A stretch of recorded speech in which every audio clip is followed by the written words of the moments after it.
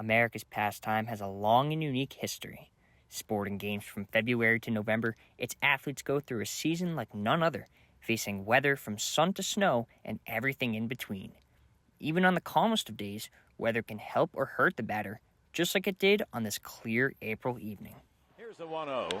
Swung on, there it goes. Deep left center. That ball is high. It is far. It is gone. But caught.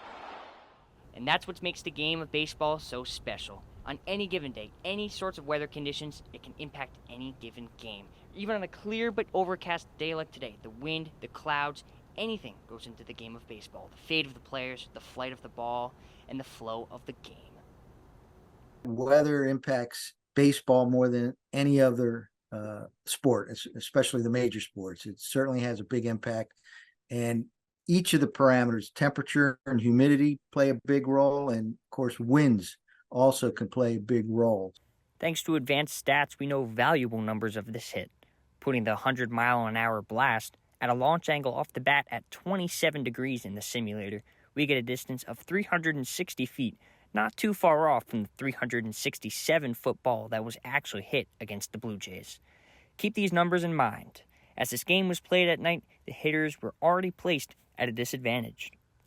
The day games tend to favor hitting, probably because the batters just get a better view of the ball with the natural sunlight as opposed to the electric sunlight, let's say, at the stadium. So the pitchers definitely favor cold conditions more so than the batters.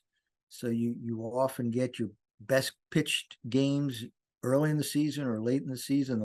The ball has its own fight against cold days as well. In general, the hotter and more humid the conditions, the farther a ball can travel. In other words, it's easier to hit home runs on a hot and humid day as opposed to cold and dry day early in the spring, for example. The lower density of the air allows the baseball to travel farther, so it certainly is a welcome change for the batters when you get into June, July, and August.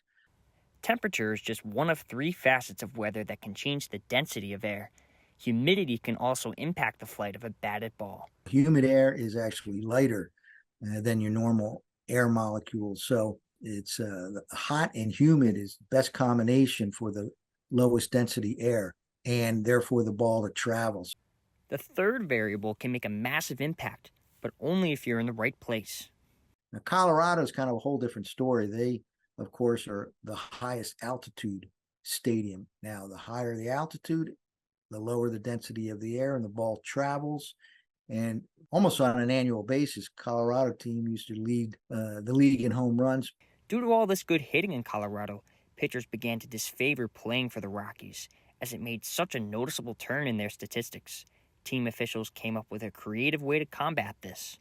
They went to something called the humidor, where they actually refrigerate the baseballs, and it actually has worked in cutting down on home runs, kind of negates the positive impact for the ball to travel with the altitude by kind of making the ball a little bit heavier, a little bit more moist. Back in New York, with altitude not a factor, two final influences can break the game if strong enough. Rain and sometimes even snow can throw games into a loop. Slippery baseballs can cause pitchers to lose control, which is why runs and walks increase and strikeouts decrease in the rain. Snow, while rare and brief, means big limits on visibility. The large white flakes can easily be confused as a fly ball, which sets up for some amateur-style plays on the field. Both rain and snow hamper the field conditions too. A wet infield means less bounce, to which players have to adapt for. Additionally, outfielders have to be very careful of the slippery outfield. So let's put this all together now. Based on the location of the catch, it looks like the hit would have needed about 8 more feet to clear the wall. A hot day would have helped the ball, but only bringing it about 5 feet closer. Rain or snow wouldn't have saved the ball from the outfielder's glove either, as it bogs down the flight path. While elevation would be a plus, it would be very challenging to put Yankee Stadium on mile-high stilts to tie the game. So what gives? If you have a 40-mile-per-hour wind blowing out, obviously that'll have the biggest impact on that particular day. On this day, there was a southerly wind, which in Yankee Stadium would mean a gust from right to left field. The impact of wind is self-explanatory. A wind towards the fences would allow for carry, but towards the plate, the opposite result.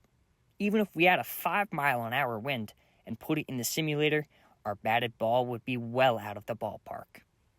Years ago, I looked into a more direct connection between weather and hitting home runs, and I collected several seasons worth of home runs that were hit at the Phillies Park, Citizens Bank Park, and ended up coming up with trend line equations relating temperatures to the number of home runs hit, pressure, humidity, and ultimately led to what we call the home run forecast index.